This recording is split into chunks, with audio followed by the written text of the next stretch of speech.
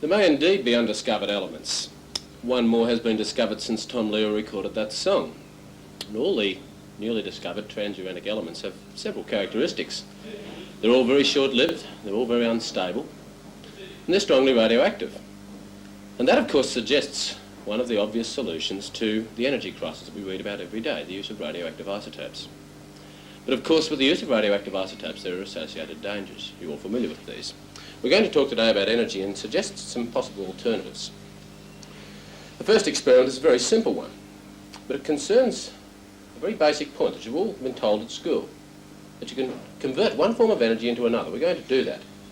We break the little glass container in the middle, allow two chemicals to mix, and something rather peculiar happens.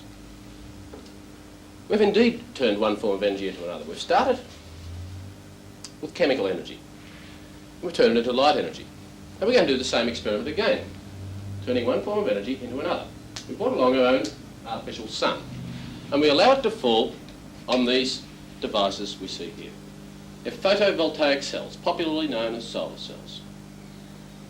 Now, we start with light energy, we convert it, in this case, to electrical. What we might do, we might, for instance,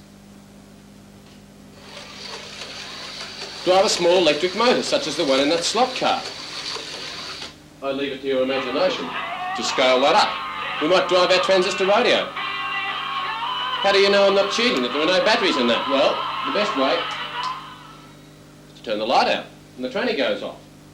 But of course they're rather trivial examples, because driving a transistor radio, driving a slot car, well, what we're not doing is storing the energy. Now, how might we store it? Well, what I'm going to do here is to pass that electric current through salty water. What I'm doing, of course, is picking things that we're not short of. We're not short of sunlight, we're not short of salty water. And when we pass that electric current through the salty water, you can see that, in fact, at the electrodes, that there are bubbles rising, bubbles of gas. Now, if we go to the diagram over here, we see what the sort of thing we're doing is. Sunlight, photovoltaic cells, we pass the electric current through seawater, we produce oxygen and hydrogen. And hydrogen, of course, is a very good fuel. It's not just a good fuel, but it's a non-polluting one. We produce water vapour, which rises to form clouds, falls as rain, you've restocked your raw material. Now, if I claim to have produced a combustible fuel, I suppose I should put my money where my mouth is and combust the fuel. And so, we will attempt to do this.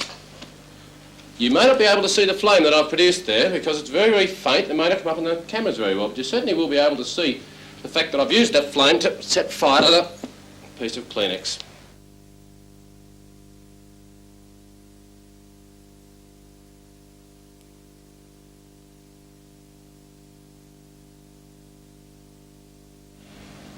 We have produced heat, hot air. Now, with that hot air, there are a number of useful things we might do. One in particular is to drive this little engine here. This is not an internal combustion engine, the type that we're familiar with. It is in fact an external combustion engine, and it runs on hot air, any source of hot air. In this case, our source of hot air is an old-fashioned cone radiator. But any form of hot air, any source of hot air would do. Burning hydrogen we had before, burning petroleum, wood, coal, coke, parliamentarians. It's therefore very flexible in terms of the fuel it uses. It's also, as you see, very silent. Now, it has a number of other distinct advantages. And if we go to the diagrams, we can see what these advantages are. Firstly, if we look at the efficiency and the economy of this engine, the Stirling cycle engine, by comparison with either a petrol or a diesel engine, we see that it compares very favourably. If we look at efficiency, we see in the first diagram that the petrol engine is between 20 and 25% efficient. The diesel engine, a little better, between 28 and 34% efficient, and the Stirling engine better than either, between 34 and 40% efficient. The same story we see if we look at economy. The petrol engine uses about 11 litres of fuel per 100 kilometres. The diesel engine, again a little better, about 10 litres of fuel per 100 kilometres. And the Stirling cycle again shows a distinct advantage. It uses about 8 litres of fuel per 100 kilometres. But that's not all the advantages. We've already seen that the Stirling engine was particularly quiet. But what about the exhaust pollutants?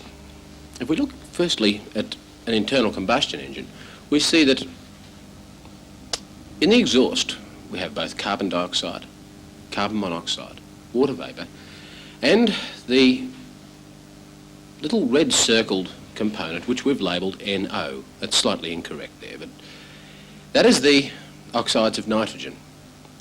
And the major disadvantage of having oxides of nitrogen in the exhausts of motor vehicles is that they are one of the major contributors to photochemical smog.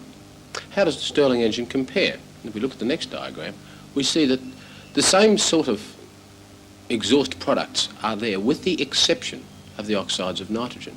So there is yet another distinct advantage. I don't think I'd be quite as game as that young gentleman there to dance in a cloud of carbon monoxide, but it's certainly true that the nitrogen oxides are gone.